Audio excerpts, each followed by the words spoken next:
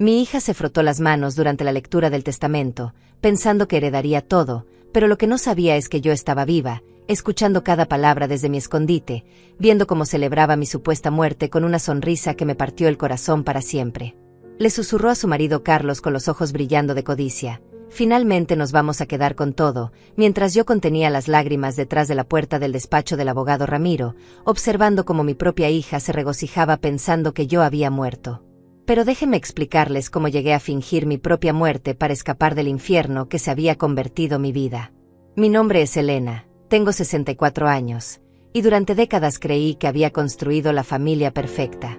Después de quedar viuda hace 5 años, abrí las puertas de mi hogar a mi hija menor Lucía y su esposo Carlos, pensando que les estaría dando una oportunidad de salir adelante mientras me hacían compañía en mi soledad. Al principio todo parecía perfecto. Cada mañana me levantaba con una sonrisa, emocionada de tener a mi familia cerca. Preparaba el desayuno mientras cantaba bajito, el aroma del café recién hecho llenaba la cocina y yo cortaba frutas frescas pensando en lo afortunada que era. Lucía trabajaba medio tiempo en una boutique del centro, siempre llegaba contándome anécdotas divertidas de las clientas, y yo la escuchaba fascinada mientras preparaba la cena. Carlos pasaba las tardes buscando empleo, o al menos eso me decía, y yo admiraba su perseverancia. Los domingos eran mágicos.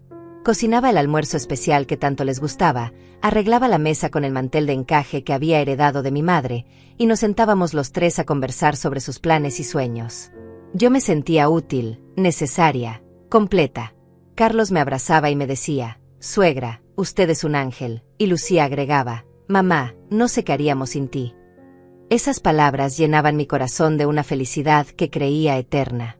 Pagaba todas las cuentas de la casa sin quejarme, les compraba ropa nueva cuando la necesitaban, y hasta les di dinero para que Carlos pudiera hacer un curso de capacitación que prometía conseguirle un mejor trabajo. Cuando Lucía me pedía ayuda para comprar maquillaje o zapatos nuevos, yo corría al banco sin dudarlo. Ver sus sonrisas valía cualquier sacrificio económico. Mis amigas del barrio a veces me comentaban con cierta preocupación: Elena, ¿no crees que ya es hora de que ellos se independicen? Pero yo las defendía siempre. Son jóvenes, están empezando, necesitan apoyo, les respondía con convicción. Además, yo disfruto mucho tenerlos cerca. Y era cierto, o al menos eso creía en ese momento. Durante los primeros 2 años, nuestra convivencia fue armoniosa. Carlos me ayudaba con las compras pesadas, Lucía me acompañaba al médico cuando tenía citas, y por las noches veíamos películas juntos en la sala. Yo había decorado su habitación con tanto amor, comprando cortinas nuevas color verde menta y una colcha suave que combinara perfectamente. Todo estaba pensado para que se sintieran cómodos y felices en mi casa. Pero algo comenzó a cambiar sutilmente. Primero fueron pequeños detalles que yo traté de ignorar. Carlos empezó a llegar más tarde por las noches, siempre con excusas válidas. Tuve una entrevista que se alargó o me quedé ayudando a un amigo. Lucía comenzó a mostrarse más callada durante las cenas, respondía con monosílabos cuando yo trataba de conversar, y pasaba horas encerrada en su habitación hablando por teléfono en voz baja. Una tarde, mientras limpiaba la sala, escuché sin querer a Lucía hablando con su hermana María por videollamada. Esta situación no puede durar para siempre, decía en un tono que no le conocía. Ya llevamos 2 años aquí y mamá sigue tratándonos como si fuéramos adolescentes. Sus palabras me confundieron profundamente. ¿Acaso no era normal que una madre quisiera cuidar de sus hijos? ¿No era eso lo que se suponía que debía hacer? Esa misma noche, durante la cena, traté de abordar el tema de manera sutil.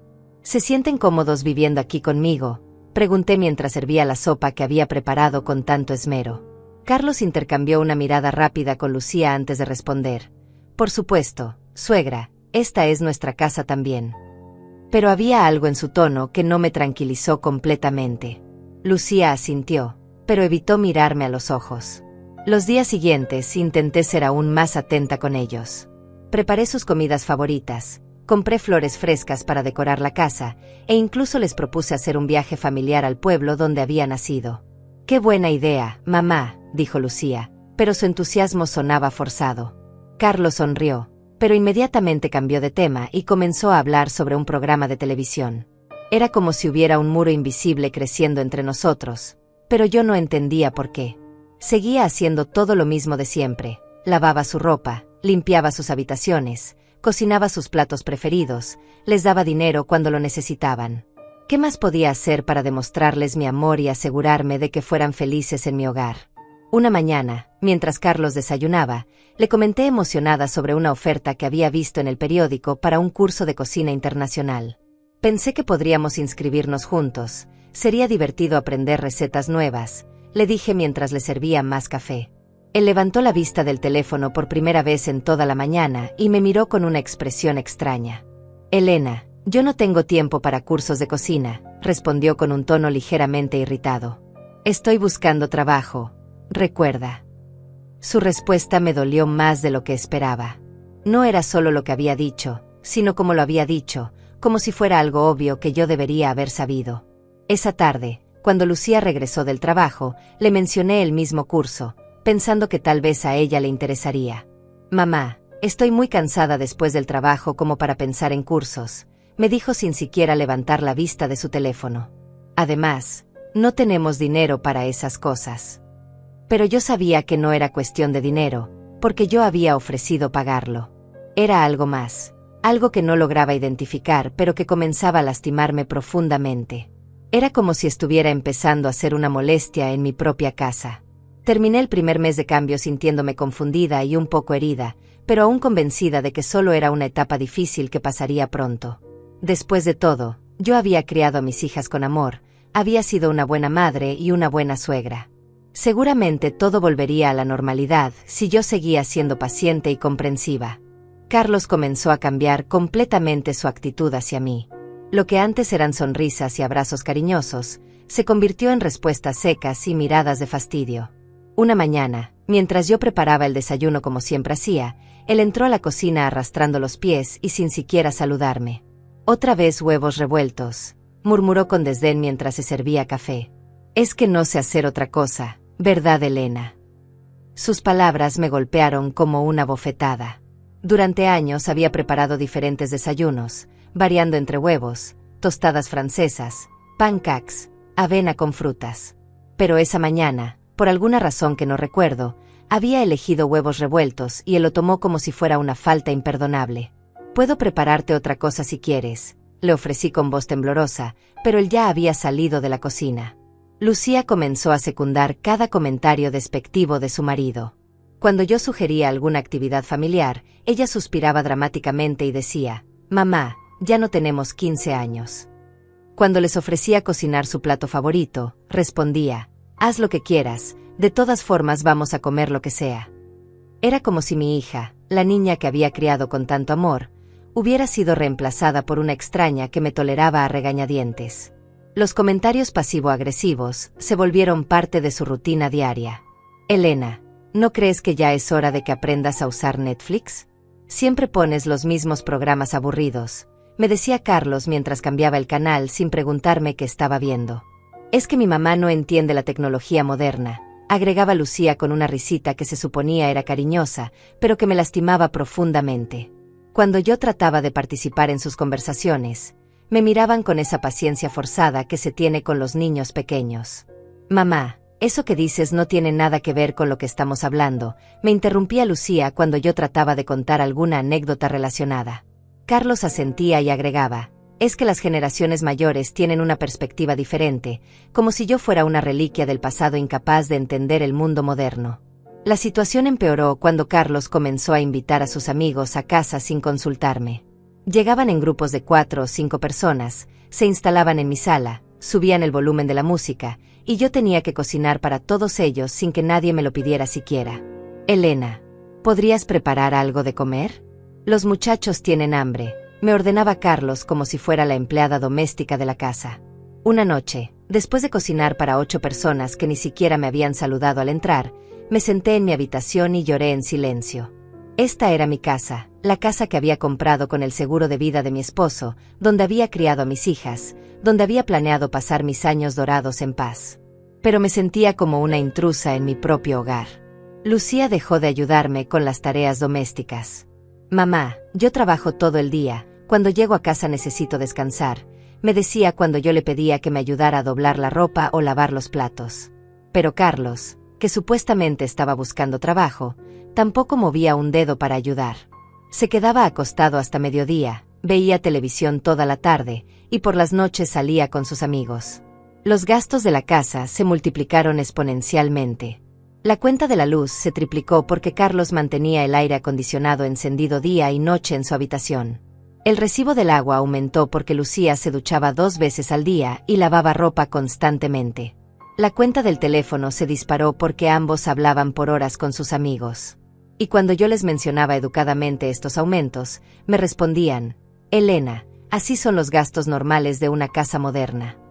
Una tarde, mientras yo limpiaba la cocina después de que ellos terminaran de almorzar y se fueran sin levantar siquiera sus platos, escuché a Carlos hablando por teléfono en el jardín. No te preocupes, hermano, aquí vivimos como reyes. La vieja paga todo y nunca se queja. Es el mejor negocio del mundo. Sus palabras me atravesaron el corazón como dagas. ¿Era eso lo que era para ellos? ¿Un negocio? ¿Una vieja tonta que pagaba sus gastos? Esa misma noche, durante la cena, traté de abordar el tema de los gastos de manera diplomática. He notado que las cuentas han aumentado mucho este mes, comenté mientras servía la pasta que había preparado. Carlos me miró con irritación. ¿Y qué quiere que hagamos? Que vivamos como ermitaños para ahorrarle unos pesos. Lucía apoyó inmediatamente a su marido. Mamá, si te molesta tanto mantener tu propia casa, tal vez deberías conseguir un trabajo. La crueldad de sus palabras me dejó sin habla. Yo tenía 64 años, había trabajado toda mi vida hasta quedar viuda, y ahora me sugería conseguir trabajo para mantener a su esposo holgazán. No es que me moleste, logré decir con voz quebrada, solo pensé que podríamos ser más conscientes de los gastos. Conscientes, repitió Carlos con sarcasmo. Elena, usted no tiene idea de lo que cuesta vivir en el mundo real. Los fines de semana, que antes era nuestro tiempo especial de familia, se convirtieron en pesadillas. Ellos dormían hasta muy tarde, se levantaban de mal humor, desayunaban lo que yo había preparado sin dar las gracias, y luego se iban a visitar a los padres de Carlos o a reunirse con amigos. Yo me quedaba sola en casa, limpiando el desorden que habían dejado, cocinando para cuando regresaran, y esperando pacientemente que volvieran para cenar. Cuando finalmente regresaban, generalmente era muy tarde y ya habían comido en otro lugar. No tenías que cocinar, Elena, me decía Lucía con esa sonrisa falsa que había perfeccionado. Te dijimos que no íbamos a estar para cenar. Pero nunca me habían dicho nada. Yo los esperaba porque esa había sido nuestra rutina durante años, pero ahora parecía que mi consideración hacia ellos se había vuelto una molestia. Carlos comenzó a cuestionar cada decisión que yo tomaba en mi propia casa. Cuando cambié las cortinas de la sala por unas más modernas color crema, él comentó: no entiendo por qué gastó dinero en eso, las otras estaban perfectas. Cuando planté flores nuevas en el jardín, dijo: Elena, está desperdiciando agua con tantas plantas. Cuando compré una lámpara nueva para el comedor, suspiró: otra compra innecesaria. La gota que derramó el vaso llegó un domingo por la tarde. Yo había pasado todo el día cocinando un almuerzo especial porque había invitado a mi hermana Claudia a conocer a Carlos, quien llevaba ya 3 años viviendo en mi casa pero nunca había tenido la oportunidad de conocer a mi familia. Preparé pollo en salsa de vino blanco, arroz con vegetales, ensalada fresca, y hasta un postre de 3 leches que había tardado horas en hacer. Cuando Claudia llegó, Carlos estaba tirado en el sofá viendo televisión en ropa interior. No se molestó en saludarla adecuadamente, apenas levantó la mano desde el sofá y murmuró: «Hola». Lucía salió de la habitación en pijama, con el cabello despeinado, y le dio un abrazo rápido a su tía antes de desaparecer nuevamente diciendo que tenía que arreglarse. Durante toda la comida, Carlos estuvo contestando llamadas telefónicas, saliendo y entrando del comedor como si fuera un restaurante público. Lucía picoteaba la comida mientras revisaba su teléfono constantemente. Mi hermana Claudia me miraba con una mezcla de lástima y preocupación que me mortificaba. Cuando finalmente se fueron a dormir la siesta, mi hermana me jaló del brazo y me llevó a la cocina. «Elena», me dijo con voz seria, «¿tú te das cuenta de cómo te están tratando?». Sus palabras me golpearon porque confirmaban lo que yo ya sabía pero no quería admitir. «Son jóvenes», le respondí débilmente. «Están pasando por una etapa difícil». Pero ella sacudió la cabeza. «Elena, esto no es una etapa. Esto es abuso. Te están usando y tú lo estás permitiendo». Esa noche, Después de que Claudia se fuera y yo terminara de lavar todos los platos de la cena especial que ellos apenas habían tocado, me senté en mi habitación y admití por primera vez que mi hermana tenía razón. Yo había perdido mi lugar en mi propia casa, había perdido la voz en mi propia familia, y lo peor de todo, había perdido el respeto de mi propia hija. Los meses siguientes fueron los más oscuros de mi vida. Mi propia casa se había convertido en una prisión donde yo era la sirvienta no remunerada de dos personas que me trataban como si fuera invisible. Carlos y Lucía habían establecido una rutina que no incluía consultarme absolutamente nada, pero sí esperaban que yo estuviera disponible las 24 horas del día para satisfacer sus necesidades. Cada mañana me despertaba con un nudo en el estómago, preguntándome qué nueva humillación me esperaba. Carlos había comenzado a dejar su ropa sucia tirada por toda la casa, no solo en su habitación, sino en la sala, en el baño, incluso en la cocina. Cuando yo le pedía educadamente que recogiera sus cosas, me respondía: «Elena, ¿para qué sirve usted entonces? Si no va a limpiar, ¿qué hace todo el día?». Lucía había adoptado el mismo comportamiento despectivo de su marido.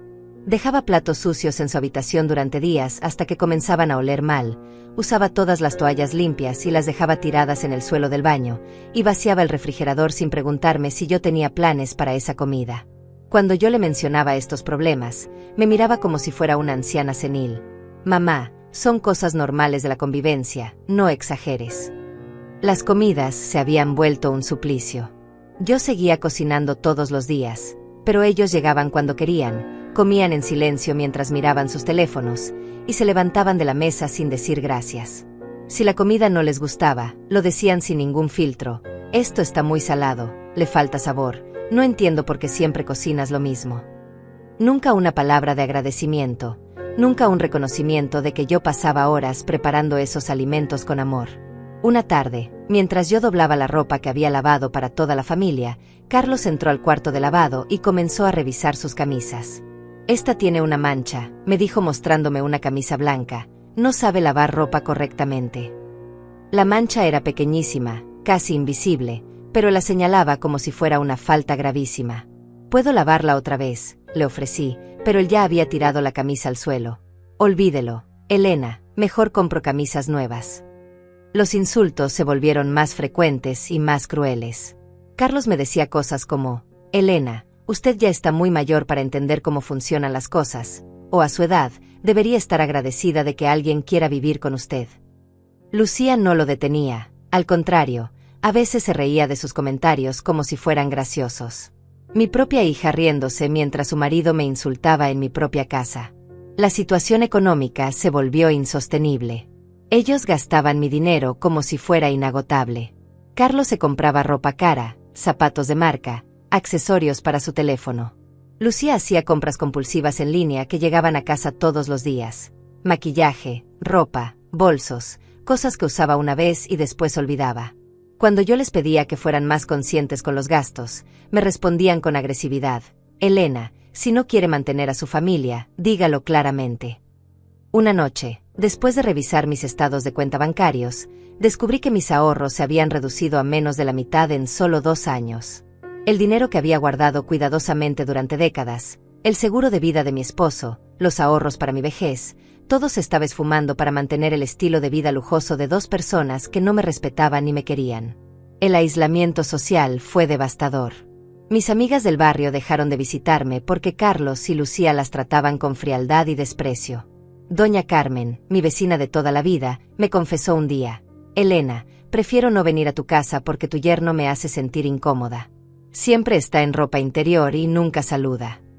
Mis antiguas amigas me invitaban menos a sus reuniones porque yo siempre tenía que regresar temprano para preparar la cena o porque no podía salir los fines de semana ya que tenía que estar disponible por si ellos necesitaban algo. Mi hermana María, que vivía en España, me llamaba cada 15 días. Pero yo había comenzado a evitar sus llamadas porque siempre me preguntaba cómo estaba la situación con Lucía y Carlos. No tenía fuerzas para mentirle, pero tampoco quería admitir la verdad. Las pocas veces que logró hablar conmigo, me notaba la tristeza en la voz. «Elena, ¿estás bien? Te noto muy apagada». «Estoy bien», le mentía, «solo un poco cansada». Los fines de semana se habían vuelto especialmente duros. Carlos invitaba a sus amigos y convertían mi casa en un bar. Ponían música a volumen alto, bebían cerveza desde temprano y dejaban basura por todos lados. Yo tenía que cocinar para todos ellos, limpiar después de que se fueran y aguantar que trataran mi hogar como si fuera un lugar de diversión gratuito. Cuando yo les pedía que bajaran el volumen porque los vecinos se quejaban, Carlos me gritaba: «Elena, deje de ser tan amargada. Estamos en nuestra casa». Nuestra casa. Esa frase me dolía más que cualquier insulto. Era mi casa, comprada con mi dinero, decorada con mis muebles, mantenida con mi esfuerzo. Pero ellos la habían tomado como si fuera suya y me habían reducido a ser la empleada doméstica del lugar. Una madrugada, alrededor de las 2 de la mañana, me desperté porque escuché ruidos extraños en la cocina. Me levanté preocupada pensando que tal vez había entrado un ladrón, pero cuando llegué a la cocina encontré a Carlos comiendo directamente de las ollas, parado frente al refrigerador abierto, dejando caer comida al suelo. Cuando me vio, no mostró ni una pizca de vergüenza. «Tenía hambre», dijo simplemente, y siguió comiendo. Yo me quedé allí parada en mi pijama, viendo cómo este hombre trataba mi cocina como si fuera su territorio personal. Al día siguiente, cuando le mencioné el incidente a Lucía, esperando que al menos ella entendiera lo inapropiado del comportamiento de su marido, me respondió con irritación: «Mamá, estás exagerando. Carlos vive aquí, tiene derecho a comer cuando quiera». Esa frase me quebró algo por dentro. Mi propia hija defendía la falta de respeto de su marido hacia mí. La humillación más grande llegó el día de mi cumpleaños número 65.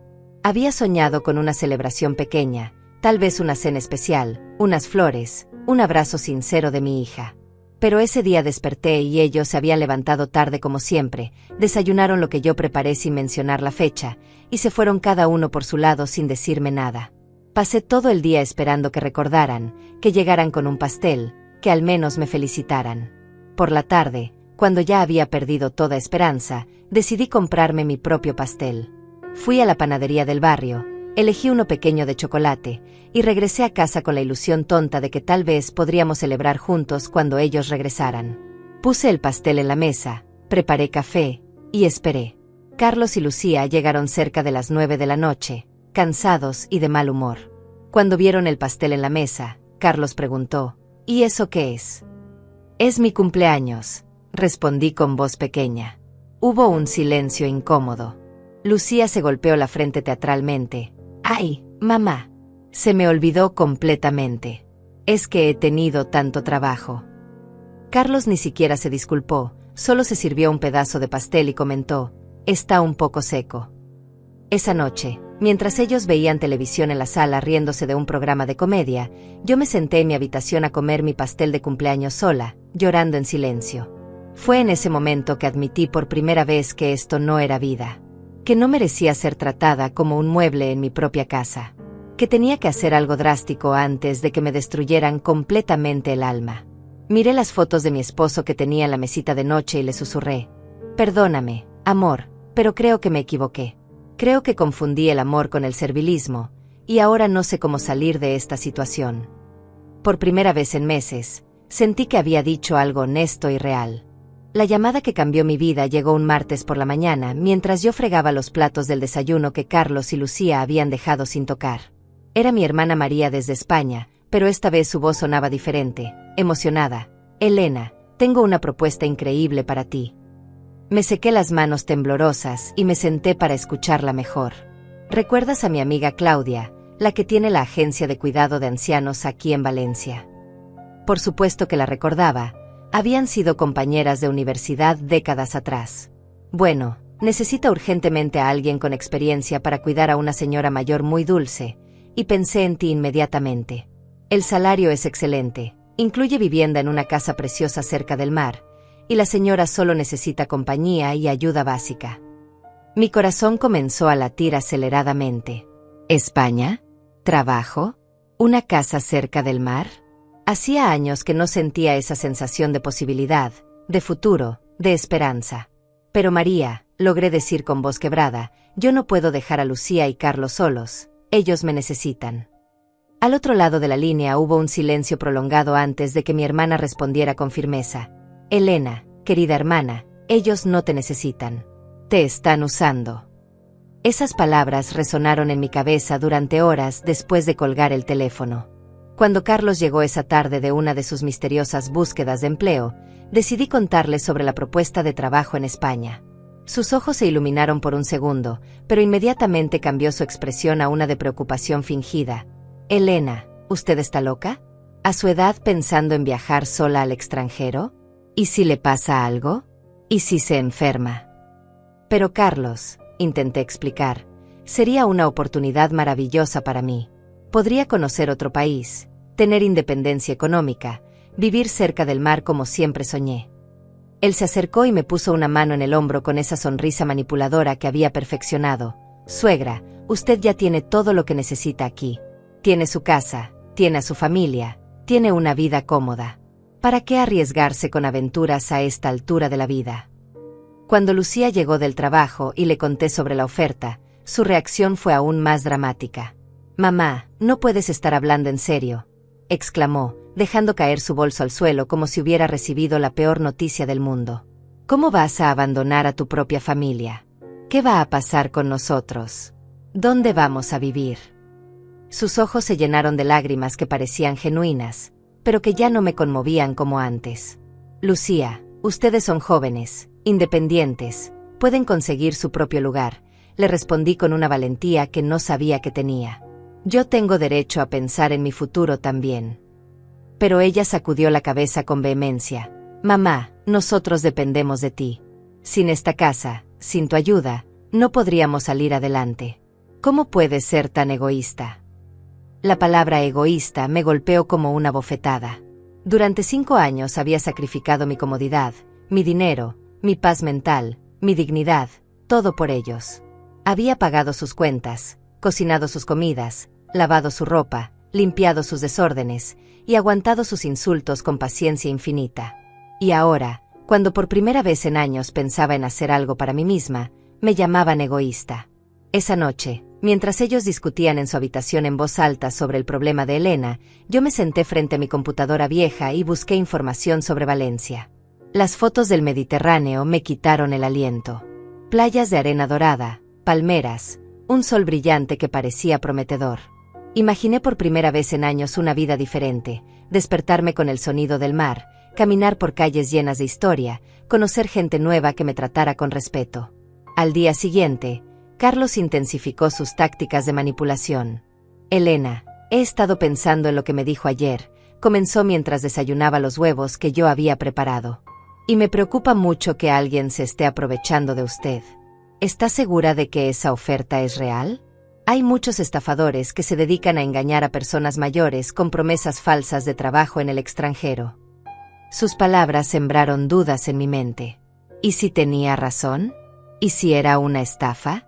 Pero cuando llamé a María para compartir mis preocupaciones, ella me tranquilizó inmediatamente. «Elena, Claudia es mi amiga desde hace 30 años.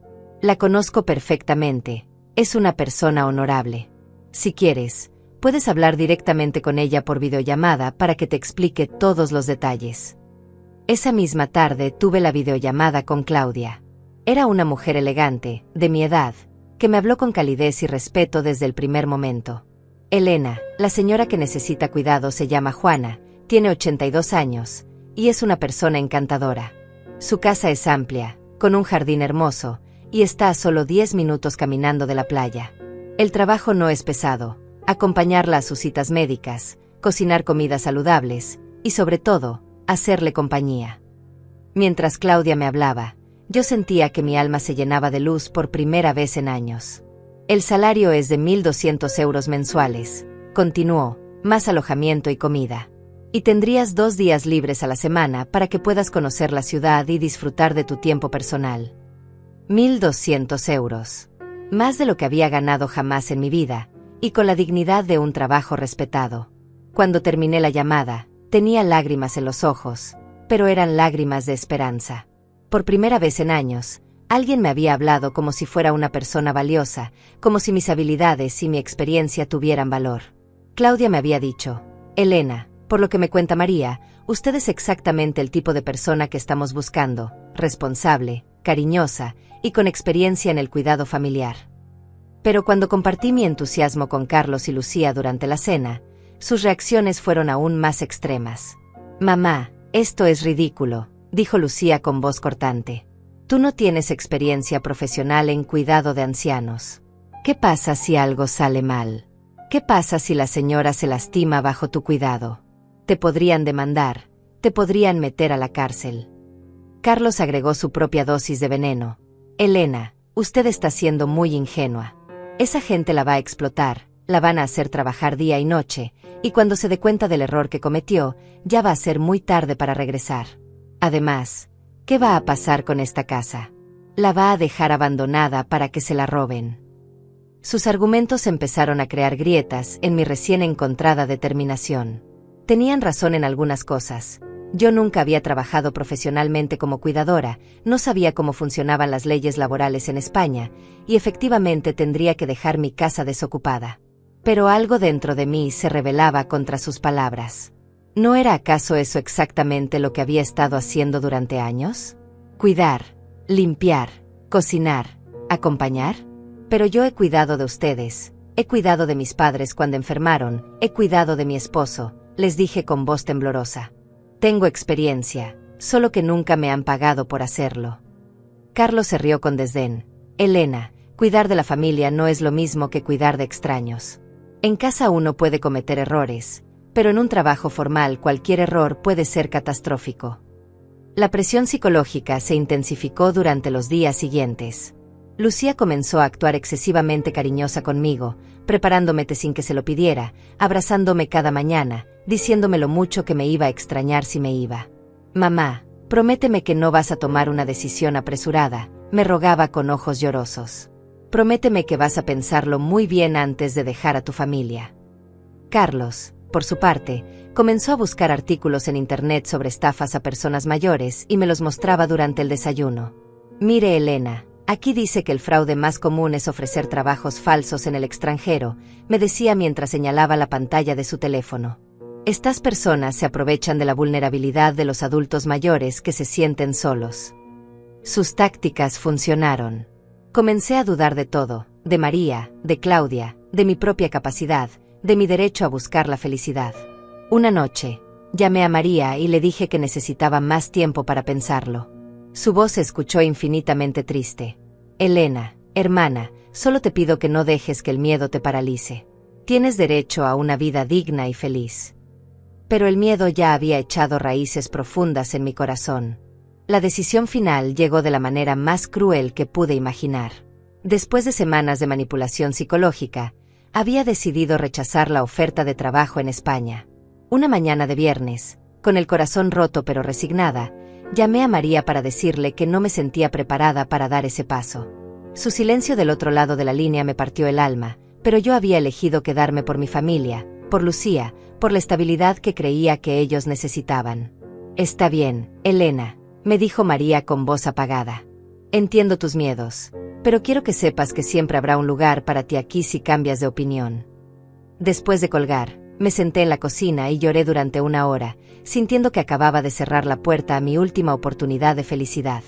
Pero me consolé pensando que había hecho lo correcto, que mi sacrificio valdría la pena cuando viera lo agradecidos que estarían Carlos y Lucía. Esa misma tarde, emocionada por demostrarles mi decisión, preparé su comida favorita, pollo en salsa de champiñones con puré de papas. Puse la mesa con mi mejor mantel, encendí velas, y esperé ansiosa a que llegaran para darles la noticia de que me quedaría con ellos para siempre. Cuando finalmente arribaron, cerca de las 7 de la noche, venían discutiendo entre ellos sobre algo que no logré entender. Carlos, Lucía, les dije con una sonrisa que salía desde lo más profundo de mi corazón, tengo algo importante que contarles. He decidido rechazar la oferta de trabajo en España. Me voy a quedar aquí con ustedes. Esperé ver sus caras de alivio, sus abrazos de gratitud, sus palabras de amor. Pero lo que vi fue algo completamente diferente. Carlos intercambió una mirada extraña con Lucía antes de responder. Ah, qué bueno, Elena. Sabíamos que tomaría la decisión correcta. Su tono era plano, sin emoción, como si le hubiera dicho que había comprado pan en la panadería.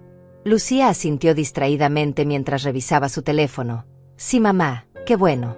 ¿Ya está lista la cena? Tenemos planes para más tarde. Mi corazón se desplomó. No hubo abrazos, no hubo agradecimientos, no hubo reconocimiento del enorme sacrificio que acababa de hacer por ellos. Cenamos en silencio mientras ellos planeaban su salida nocturna, como si mi decisión de renunciar a mis sueños fuera algo trivial e irrelevante. Me sentí como una tonta por haber esperado algo diferente. Al día siguiente era sábado, y yo tenía programada una cita médica importante.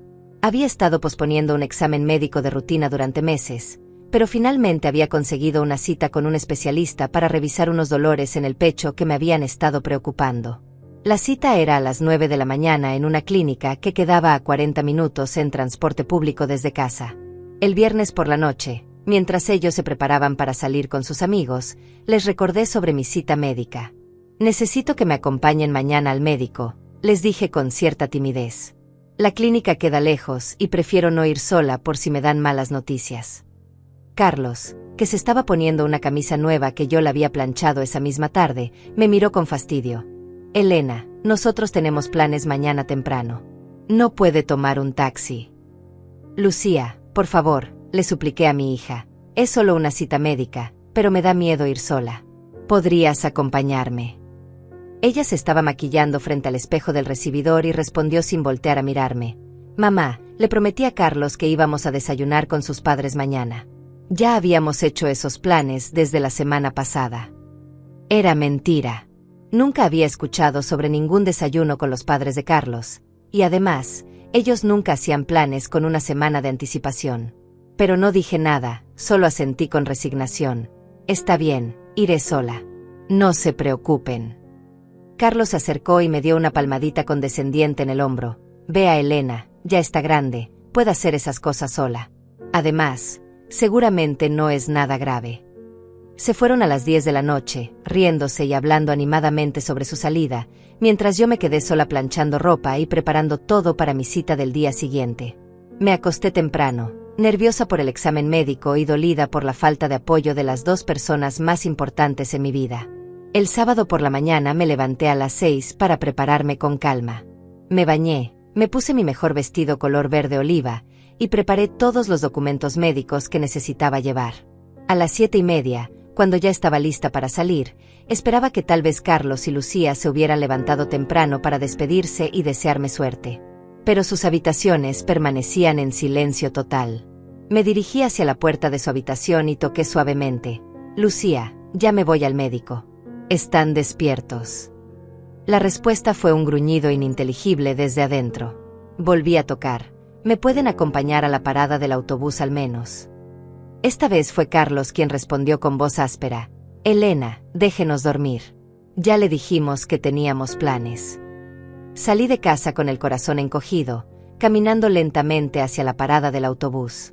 Era una mañana fría de octubre, y mientras esperaba el transporte público, pensé en todas las veces que yo había acompañado a Lucía al médico cuando era niña, adolescente, e incluso cuando ya era adulta.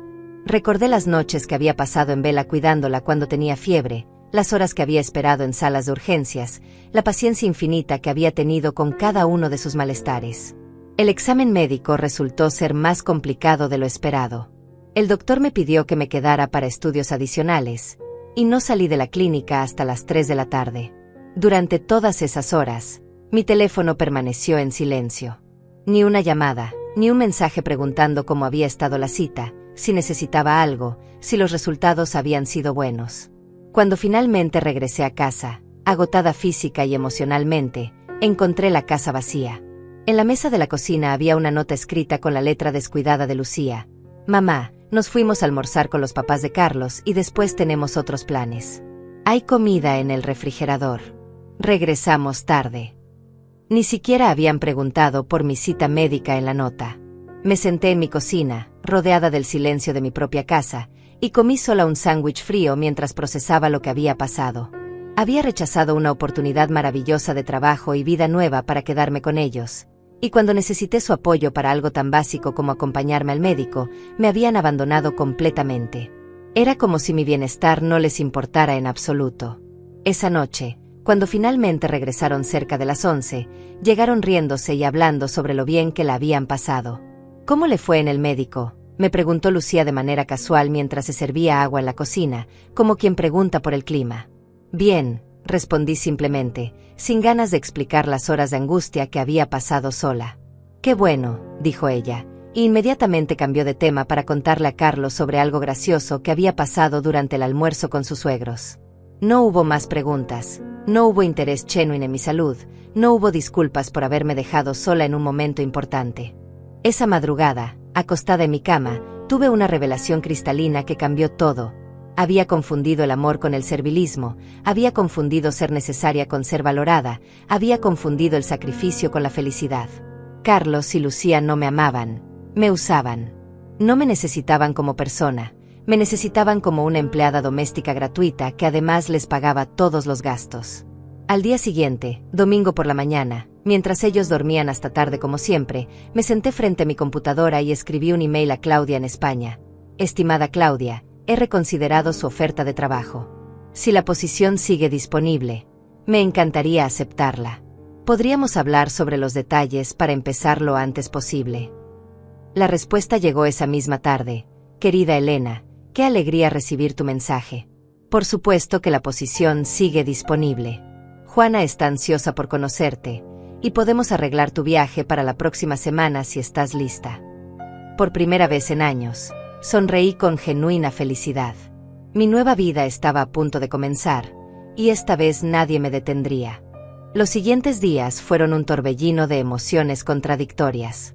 Mientras organizaba mi viaje a España en secreto, tenía que mantener una fachada de normalidad frente a Carlos y Lucía. Durante las mañanas, cuando ellos dormían, yo investigaba sobre Valencia, compraba maletas nuevas que escondía en el sótano, y coordinaba todos los detalles de mi nueva vida con Claudia a través de llamadas susurradas y emails cifrados. La transformación comenzó desde el momento en que compré mi boleto de avión. Era un billete solo de ida, Madrid-Valencia, con fecha para el siguiente viernes.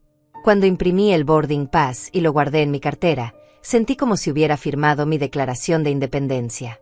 Por primera vez en 5 años, había tomado una decisión importante sin consultarle a nadie, sin pedir permiso, sin considerar las necesidades de otras personas antes que las mías. Mi hermana María se convirtió en mi cómplice y mi fuente de fortaleza. Elena, me dijo durante una de nuestras llamadas clandestinas, estoy tan orgullosa de ti. Pensé que nunca ibas a encontrar el valor para salir de esa situación. Sus palabras me llenaron de una confianza que no había sentido en décadas. Habíamos acordado que ella me esperaría en el aeropuerto de Madrid para acompañarme hasta Valencia y ayudarme con la transición. El martes por la mañana, mientras Carlos y Lucía desayunaban distraídamente, recibí una llamada de Claudia. Elena, Juana está muy emocionada por conocerte. Me pidió que te dijera que ha preparado la habitación que será tuya con mucho cariño. Tiene vista al jardín y está cerca de la cocina para que te sientas cómoda. La idea de tener mi propio espacio, respetado y valorado, me emocionó hasta las lágrimas. Esa misma tarde comencé a empacar en secreto. Saqué las maletas del sótano cuando ellos salieron y comencé a seleccionar cuidadosamente qué llevarme y qué dejar atrás. Doblé mi ropa con amor, especialmente los vestidos que había dejado de usar porque Carlos siempre se burlaba de mi forma de vestir. Empaqué las joyas que mi esposo me había regalado, las fotografías familiares más queridas, y los libros que había comprado años atrás pero nunca había tenido tiempo de leer. Mientras guardaba mis pertenencias, me di cuenta de que durante los últimos 5 años había dejado de ser yo misma. Había archivado mis gustos, mis intereses, mis sueños, para convertirme en lo que ellos necesitaban que fuera. Encontré una blusa color rosa brillante que había comprado y nunca había usado porque Lucía comentó que los colores tan llamativos no eran apropiados para mujeres de mi edad. La doblé con especial cuidado y la puse en el lugar más visible de la maleta. El miércoles por la noche, Carlos llegó más temprano de lo usual y me encontró en la cocina leyendo un libro de recetas españolas que había comprado. Elena, ¿qué está leyendo?, me preguntó con curiosidad. Solo recetas nuevas, respondí sin levantar la vista, pero mi corazón latía aceleradamente. ¿Para qué necesita recetas nuevas? Usted ya sabe cocinar, comentó con ese tono despectivo que tanto me lastimaba. Nunca está de más aprender cosas nuevas, repliqué con una firmeza que me sorprendió incluso a mí misma. El jueves fue el día más difícil. Sabía que era mi última noche en esa casa, la última cena que iba a preparar para ellos, probablemente la última vez que los vería en mucho tiempo. A pesar de todo el dolor que me habían causado, seguían siendo mi hija y mi yerno, y una parte de mí se sentía culpable por lo que estaba a punto de hacer. Pero otra parte, la parte que había estado silenciada durante años, me recordaba que tenía derecho a buscar mi felicidad. Preparé una cena especial esa noche, pasta con salsa de tomate casera, ensalada fresca, y de postre, flan de vainilla que había hecho desde cero. Era mi forma silenciosa de despedirme, aunque ellos no lo sabían. Durante la cena, observé sus caras, tratando de memorizar cada detalle, preguntándome si algún día entenderían por qué había tenido que irme. «La pasta está buena», comentó Carlos distraídamente mientras revisaba su teléfono. «Gracias», respondí, pero en mi mente agregué, «y es la última vez que la cocino para ti». Lucía ni siquiera comentó sobre la comida, estaba demasiado ocupada hablando sobre un drama laboral que había tenido ese día. Los escuché con paciencia, sabiendo que esa sería nuestra última conversación como familia por un largo tiempo. Después de la cena, mientras lavaba los platos, Carlos se acercó a la cocina. «Elena, ¿se siente bien? La noto un poco extraña últimamente». Por un momento, consideré contarle todo, explicarle por qué me iba, darle una oportunidad de reaccionar y tal vez cambiar. Pero recordé todas las veces que había tratado de comunicar mis sentimientos y había sido ignorada o minimizada. «Estoy bien», le dije simplemente. «Solo un poco cansada». Esa noche me acosté temprano, pero no pude dormir. A las 3 de la mañana me levanté silenciosamente y terminé de empacar. Saqué las maletas por la puerta trasera y las puse en el garaje, listas para el taxi que vendría a recogerme a las 6 de la mañana. Mi vuelo salía a las 10, pero quería estar en el aeropuerto con tiempo suficiente para procesar todo lo que estaba pasando. Escribí 2 cartas, una para Carlos y otra para Lucía. En la de mi hija, le expliqué con amor pero con firmeza por qué había tomado esta decisión. «Querida Lucía, durante 5 años traté de ser la madre y suegra perfecta, pero en el proceso perdí mi identidad y mi dignidad. Me voy porque necesito recordar quién soy cuando no estoy sirviendo a otros. Esto no es un abandono, es un rescate de mi propia alma». En la carta para Carlos fui más directa. «Carlos, espero que algún día entiendas que una relación familiar no puede basarse en que una persona lo dé todo y las otras solo tomen. Te deseo lo mejor, pero ya no puedo ser parte de una dinámica que me lastima tanto». Dejé las cartas en la mesa de la cocina, junto con las llaves de la casa y una lista de todas las cuentas pendientes. También dejé dinero suficiente para que pudieran pagar el alquiler de un apartamento por 3 meses, tiempo que consideré más que generoso para que se organizaran. A las 5:30 de la mañana, me bañé por última vez en mi baño, me puse mi vestido rosa brillante y me maquillé con especial cuidado. Quería verme hermosa en mi primer día de libertad. Me miré al espejo y por primera vez en años, me gustó lo que vi. No era una mujer derrotada y cansada, era una mujer valiente que estaba tomando control de su vida. El taxi llegó puntualmente a las 6. El conductor me ayudó con las maletas mientras yo echaba un último vistazo a la casa donde había vivido tantos años de felicidad con mi esposo y luego tantos años de tristeza con mi hija y su marido. No sentí nostalgia, sentí alivio. Era como si me estuviera liberando de una prisión que yo misma había construido. Durante el viaje al aeropuerto, llamé a mi hermana María. «Elena, ya estás en camino». Su voz sonaba emocionada y nerviosa a la vez. «Sí, María. Lo hice. Realmente lo hice. Estoy tan orgullosa de ti, hermana. Te veo en unas horas en Madrid». Cuando colgué, me eché a llorar, pero eran lágrimas de liberación, no de tristeza. En el aeropuerto, mientras esperaba mi vuelo, recibí la primera llamada de Lucía. Mi teléfono sonó insistentemente, pero no contesté. Luego llegó un mensaje de texto. «Mamá, ¿dónde estás? Encontramos las cartas. Llámanos, por favor». Apagué el teléfono. Necesitaba este tiempo para mí, sin explicaciones, sin justificaciones, sin que me hicieran sentir culpable por elegir mi felicidad. Cuando anunciaron mi vuelo, caminé hacia la puerta de embarque con pasos firmes y seguros. Era el primer día del resto de mi vida, y por primera vez en años, ese futuro me parecía brillante y lleno de posibilidades. El vuelo a Madrid fue la experiencia más liberadora de mi vida. Mientras el avión despegaba, miré por la ventanilla y sentí como si estuviera dejando atrás no solo una ciudad, sino una versión de mí misma que había permitido ser maltratada durante demasiado tiempo. La azafata me ofreció algo de beber y cuando le dije que sí, que quería un café, me di cuenta de que era la primera vez en años que alguien me preguntaba qué quería yo, no qué necesitaban otros de mí. María me esperaba en el aeropuerto de Madrid con los brazos abiertos y lágrimas en los ojos. Elena, hermana mía, te ves radiante, me dijo mientras me abrazaba fuertemente. Y era cierto, me sentía radiante. Durante el viaje en tren a Valencia, conversamos como no lo habíamos hecho en décadas. Le conté todo lo que había vivido, todas las humillaciones que había callado, todos los sueños que había abandonado. Elena, me dijo tomando mi mano, esto no es un final, es un comienzo. Claudia nos recibió en la estación de Valencia con una sonrisa calidísima. Era tal como la había imaginado, elegante, maternal, con esa energía positiva que irradiaba tranquilidad. Elena, qué gusto finalmente conocerte en persona, me dijo mientras me daba un abrazo sincero. Juana está emocionadísima por conocerte. Ha estado preparando galletas toda la mañana porque María le dijo que te encantan las galletas de avena. La casa de Juana era un sueño hecho realidad. Una villa mediterránea con paredes blancas, azulejos coloridos y jardines llenos de flores que perfumaban el aire. Mi habitación daba directamente al jardín y tenía una pequeña terraza donde podía sentarme a leer por las tardes. Este es tu espacio, Elena, me dijo Claudia mientras me mostraba el cuarto. Aquí puedes decorar como quieras, puedes invitar amigos, puedes hacer lo que te haga feliz.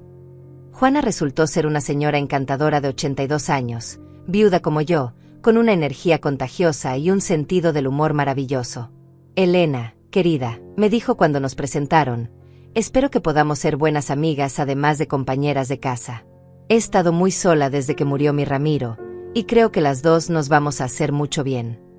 Sus palabras me llegaron al corazón porque me hizo sentir que yo no era solo una empleada, sino una compañía valiosa. Los primeros días fueron de adaptación y descubrimiento. Juana me enseñó la rutina de la casa, me presentó a los vecinos, y me llevó a conocer el mercado local donde comprábamos ingredientes frescos cada mañana. Elena, en España desayunamos diferente, me explicó con paciencia, pero quiero que también cocines platos de tu país para que yo aprenda cosas nuevas. Era increíble estar con alguien que valoraba mi conocimiento en lugar de criticarlo. El cambio más notable fue en mi estado de ánimo. Por primera vez en años, me despertaba con ganas de levantarme. Cada mañana caminaba con Juana hasta la playa, que estaba a solo 10 minutos de la casa. El sonido del Mediterráneo, el aire salado, el sol de la mañana, todo me llenaba de una paz que había olvidado que existía. ¿Sabes qué, Elena?, me dijo Juana una mañana mientras caminábamos por la orilla, tienes una sonrisa preciosa, pero siento que recién la estás descubriendo. Mi teléfono había estado sonando constantemente durante los primeros días. Carlos y Lucía me llamaban a todas horas, me mandaban mensajes desesperados, incluso llegaron a escribirme emails largos explicándome por qué debía regresar. Mamá, esto es una locura, decía uno de los mensajes de Lucía. No puedes irte así de repente sin pensar en las consecuencias. ¿Qué vamos a hacer nosotros? Carlos fue más directo en sus mensajes. Elena, usted está cometiendo el error más grande de su vida. Regrese antes de que sea demasiado tarde. Pero cada día que pasaba en Valencia, cada conversación agradable con Juana, cada paseo por la playa, cada noche durmiendo en paz sin preocuparme por las críticas del día siguiente, me confirmaba que había tomado la decisión correcta. Una tarde, mientras tomaba té con galletas que Juana y yo habíamos horneado juntas, decidí responder sus mensajes por primera vez. Le escribí a Lucía: querida hija, entiendo que estés confundida, pero por primera vez en años estoy viviendo en lugar de solo sobrevivir. Te amo, pero necesito que entiendas que merezco ser tratada con respeto y dignidad. Cuando estés lista para una relación basada en el amor mutuo y no en lo que puedo darte, estaré aquí. Su respuesta llegó inmediatamente: mamá, eres muy egoísta. Nunca pensé que fueras capaz de abandonar a tu propia familia. El mensaje me dolió, pero ya no me destruyó como habría pasado antes. Juana, que había estado leyendo en el sofá mientras yo escribía, se acercó y me puso una mano en el hombro. Elena, ¿puedo darte un consejo de mujer mayor? Asentí.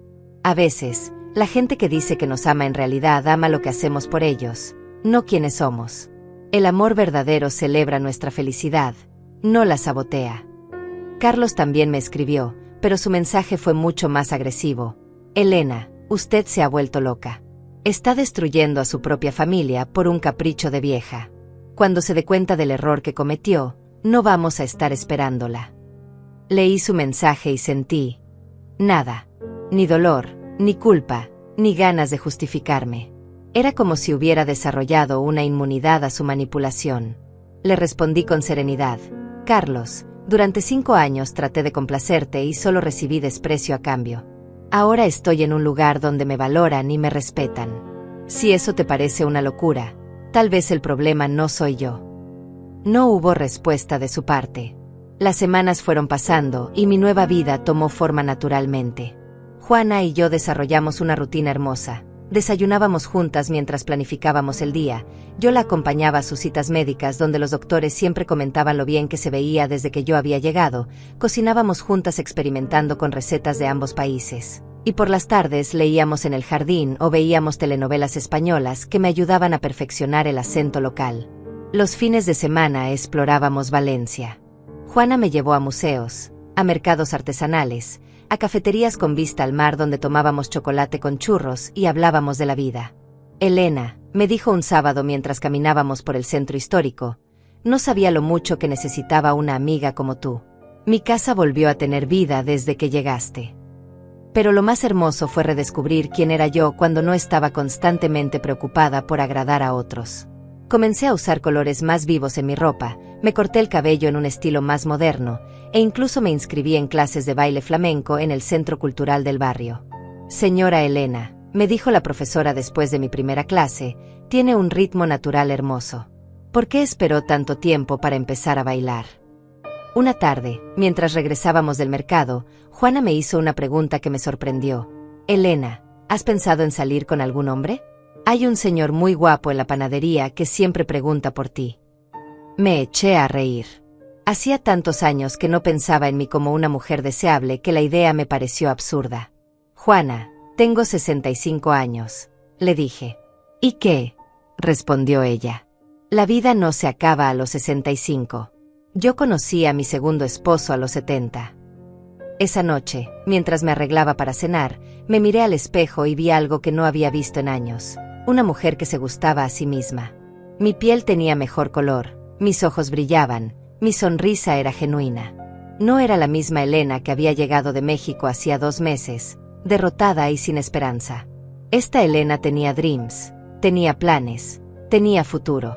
Al día siguiente, cuando fui sola a la panadería, efectivamente había un señor mayor muy distinguido que me sonrió cálidamente.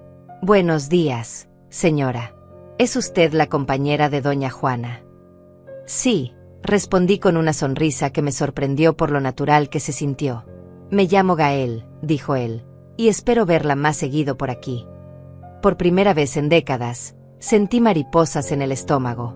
Los meses siguientes en Valencia fueron los más felices de mi vida adulta. Mi amistad con Juana se había convertido en algo profundo y genuino, y mi nueva rutina me llenaba de satisfacción como no había experimentado en décadas. Cada mañana me despertaba con propósito, tenía responsabilidades que valoraba, una compañera que me respetaba, y por primera vez en años, tiempo para mí misma. Gael, el panadero que había conocido, se convirtió gradualmente en una presencia hermosa en mi vida. Era viudo como yo, tenía 68 años, y poseía esa calidez andaluza que me hacía sentir bienvenida y deseada. Nuestras conversaciones comenzaron siendo corteses intercambios en la panadería, pero pronto se extendieron a cafés por las tardes y paseos por el malecón los domingos. Elena, me dijo Juana una tarde mientras tomábamos té en el jardín, no he visto a una mujer florecer tanto como tú en estos meses. Es como si hubieras estado dormida y finalmente hubieras despertado. Sus palabras me conmovieron profundamente porque era exactamente lo que yo sentía. Había estado viviendo en modo automático durante años, y ahora cada día traía nuevas experiencias, nuevas emociones, nuevas razones para sonreír. Mi relación con Gael se desarrolló con la paciencia y el respeto que solo pueden darse entre personas maduras que han vivido lo suficiente para valorar la compañía genuina. Nunca me presionó, nunca me hizo sentir que tenía que ser alguien diferente de quien era. Elena, me dijo una tarde mientras caminábamos por la playa, me encanta cómo te ríes cuando te cuento historias de mi juventud. Hacía años que no veía a alguien disfrutar tanto de las pequeñas cosas. Mientras tanto, Los mensajes de Carlos y Lucía se habían vuelto menos frecuentes, pero más desesperados. Lucía me escribía emails largos contándome sobre las dificultades que estaban enfrentando. Habían tenido que mudarse a un apartamento pequeño. Carlos finalmente había conseguido trabajo, pero ganaba mucho menos de lo que gastaban cuando vivían conmigo, y ella trabajaba a tiempo completo para poder pagar las cuentas. Mamá, decía uno de sus mensajes, nos damos cuenta de que tal vez no te tratamos como merecías. Carlos y yo hemos estado hablando, y queremos que sepas que estamos dispuestos a cambiar si regresas. La casa se siente vacía sin ti, y nosotros también nos sentimos vacíos. Por primera vez en meses, sus palabras no contenían reproches, sino algo que se parecía a una disculpa. Carlos también me escribió, aunque le costó más trabajo admitir sus errores. Elena, he tenido tiempo para reflexionar sobre muchas cosas. Tal vez no la traté con el respeto que merecía. Si está dispuesta a darnos otra oportunidad, prometo que las cosas serán diferentes. Sus mensajes sonaban sinceros, pero algo dentro de mí se mantenía cauteloso.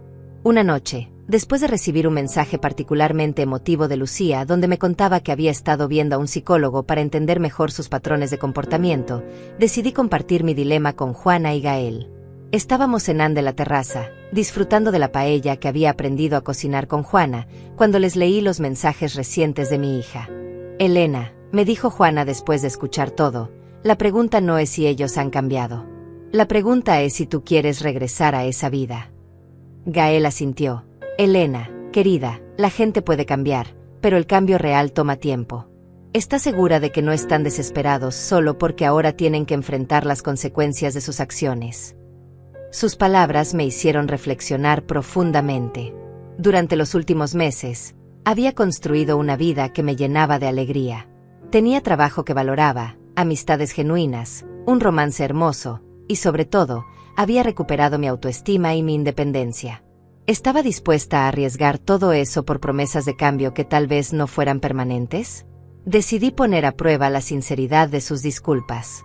Les escribí una carta larga explicándoles exactamente qué tendría que cambiar para que yo considerara regresar: respeto mutuo, contribución económica equitativa, reconocimiento de mi valor como persona y no solo como proveedora de servicios, y sobre todo, tiempo para que yo pudiera seguir desarrollando mi propia vida e intereses.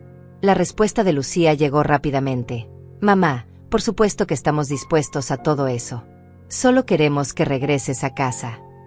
Pero Carlos tardó una semana en responder, y cuando lo hizo, su mensaje era menos entusiasta. Elena, creo que usted está pidiendo demasiado. Una familia funciona cuando todos hacen sacrificios, no cuando una persona pone todas las condiciones. Su respuesta me confirmó lo que ya sabía en el fondo de mi corazón. Carlos no había cambiado realmente, solo estaba desesperado porque había perdido su fuente de comodidad gratuita.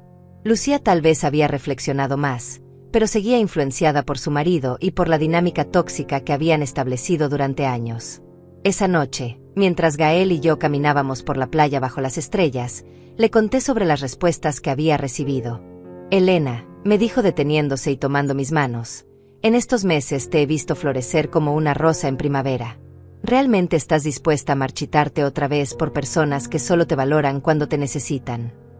Sus palabras me llegaron directo al corazón. Tenía razón. En Valencia había descubierto una versión de mí misma que era fuerte, independiente, valorada y feliz. Había aprendido que el amor verdadero no requiere que una persona se anule para complacer a otros. Había experimentado lo que era tener relaciones basadas en el respeto mutuo y la reciprocidad. Al día siguiente, tomé la decisión más difícil pero más liberadora de mi vida. Les escribí una carta final a Carlos y Lucía. Queridos, he pensado mucho en sus mensajes y en las posibilidades de reconciliación. Pero he llegado a la conclusión de que el cambio verdadero no puede ser forzado por la desesperación. He construido una nueva vida aquí donde soy valorada y respetada, y no estoy dispuesta a arriesgarla por promesas que tal vez no sean sostenibles. Lucía, continué en una parte dirigida específicamente a mi hija.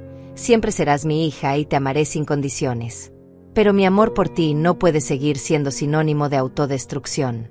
Cuando estés lista para una relación madre-hija basada en el respeto mutuo, sin la influencia tóxica que ha dominado nuestras vidas durante años, estaré aquí con los brazos abiertos. Les di mi nueva dirección en Valencia y les dije que siempre serían bienvenidos a visitarme, pero como huéspedes respetuosos, no como personas que esperaran que yo volviera a ser su sirvienta. Esta es mi nueva vida, terminé. Y por primera vez en años, es una vida que me hace feliz. Después de enviar la carta, sentí un peso enorme salir de mis hombros.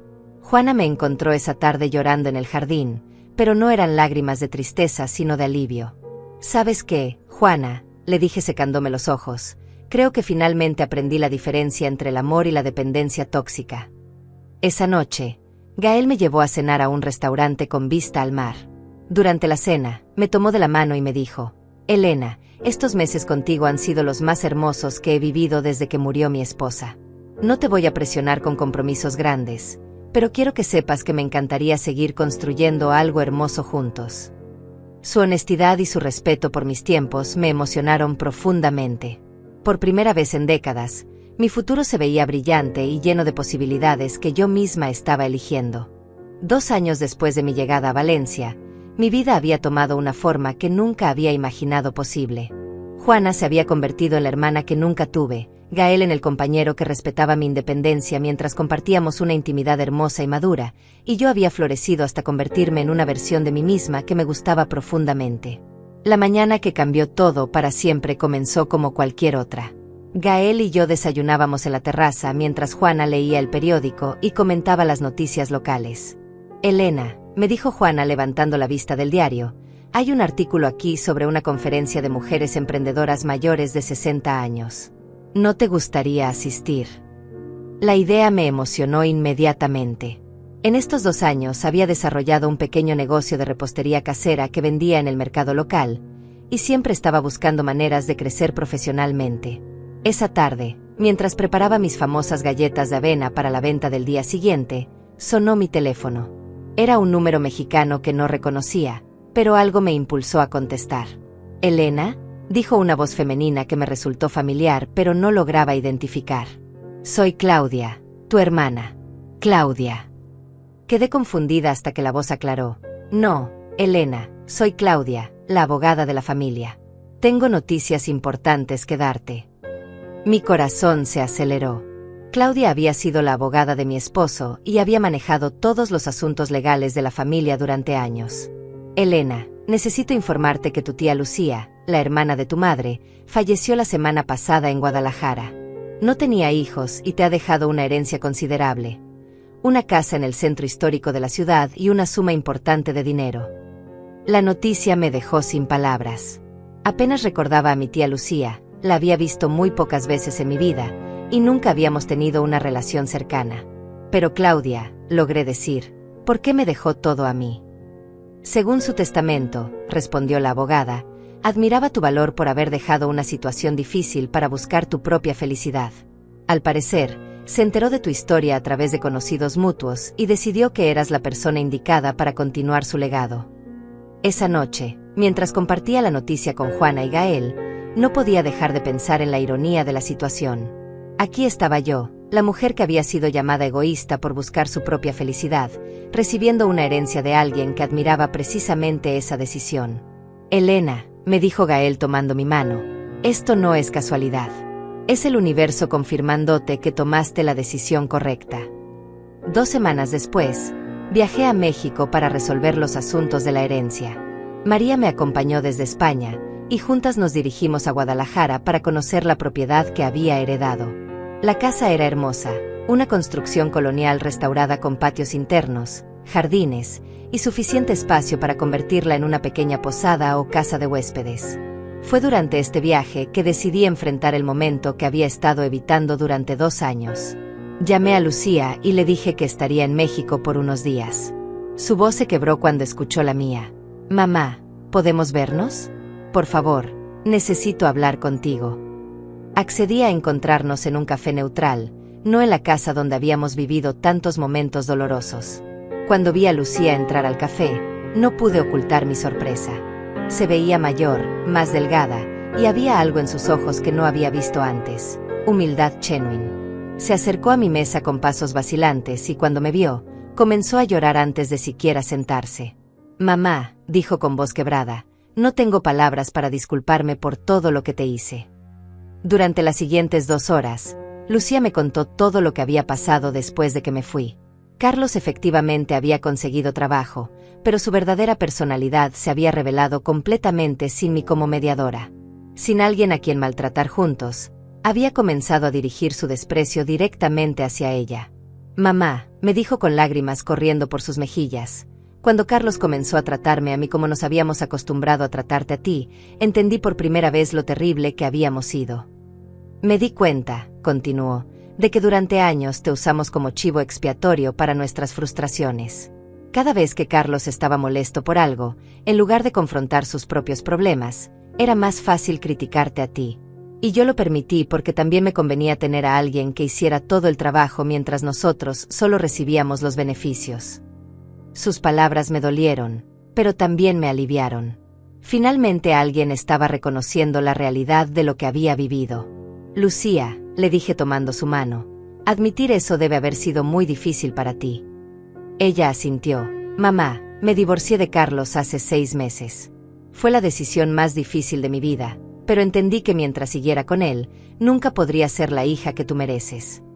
Me contó que había comenzado terapia psicológica para entender los patrones de comportamiento que había desarrollado. El psicólogo me ayudó a ver que había aprendido a relacionarme contigo desde un lugar de entitled, como si fueras mi empleada en lugar de mi madre. Nunca aprendí a valorarte como persona independiente con tus propias necesidades y sueños. «¿Y ahora qué planes tienes?», le pregunté con genuina curiosidad. «Estoy viviendo sola por primera vez en mi vida», me respondió con una sonrisa pequeña pero real. «Trabajo tiempo completo, pago mis propias cuentas, cocino mi propia comida. ¿Y sabes qué, mamá? Me gusta la persona que estoy descubriendo. Es aterrador pero también liberador». Cuando nos despedimos esa tarde, por primera vez en años sentí que había tenido una conversación real con mi hija, no con la versión manipulada de ella que había estado influenciada por Carlos. «Mamá», me dijo antes de irse, «no te voy a pedir que regreses. Veo en tus ojos una paz que nunca habías tenido cuando vivías con nosotros. Solo quiero que sepas que estoy trabajando en convertirme en la hija que merezca tu amor y tu respeto». Regresé a Valencia con el corazón lleno, pero también con una decisión importante que tomar. La herencia me daba la oportunidad de expandir mi vida de maneras que no había considerado. Podía invertir en mi negocio de repostería, ayudar a Juana con algunos gastos de la casa, e incluso planear un futuro más sólido con Gael. Pero la decisión más significativa que tomé fue convertir la casa heredada en Guadalajara en un refugio para mujeres mayores que necesitaran un nuevo comienzo. «Juana», le dije una noche mientras cenábamos, «quiero crear un lugar donde mujeres como yo puedan encontrar su fuerza y reconstruir sus vidas». Sus ojos se iluminaron. «Elena, esa es la idea más hermosa que he escuchado». 6 meses después, Casa Elena abrió sus puertas en Guadalajara como un hogar temporal para mujeres mayores de 50 años que estuvieran saliendo de situaciones de abuso familiar o que simplemente necesitaran un espacio para redescubrir su independencia. María se mudó de España para ayudarme a administrar el proyecto, y entre las dos creamos un ambiente donde el respeto y la dignidad fueran los valores fundamentales. El día de la inauguración, recibí un mensaje inesperado de Carlos. «Elena, me enteré de su proyecto por Lucía. Quería disculparme por cómo la traté. Usted siempre fue una mujer extraordinaria, y yo fui demasiado inmaduro para reconocerlo». No le respondí, pero guardé su mensaje como recordatorio de que a veces las personas sí pueden crecer, aunque sea tarde. Esa noche, mientras Gael y yo caminábamos por la playa de Valencia como habíamos hecho cientos de veces, reflexioné sobre el journey increíble que había vivido. «¿Sabes qué, Gael?», le dije deteniéndome para mirarlo. Cuando me froté las manos en la lectura de mi propio testamento fingido hace 3 años, pensé que estaba planeando mi escape. Pero en realidad estaba planeando mi renacimiento. «Elena», me respondió con esa sonrisa que me había enamorado desde el primer día, «tú no fingiste tu muerte. Fingiste tu resurrección, y ahora estás ayudando a otras mujeres a hacer lo mismo». Sus palabras resumían perfectamente lo que había aprendido. A veces, ser dejada para atrás es el mayor regalo que la vida nos puede dar.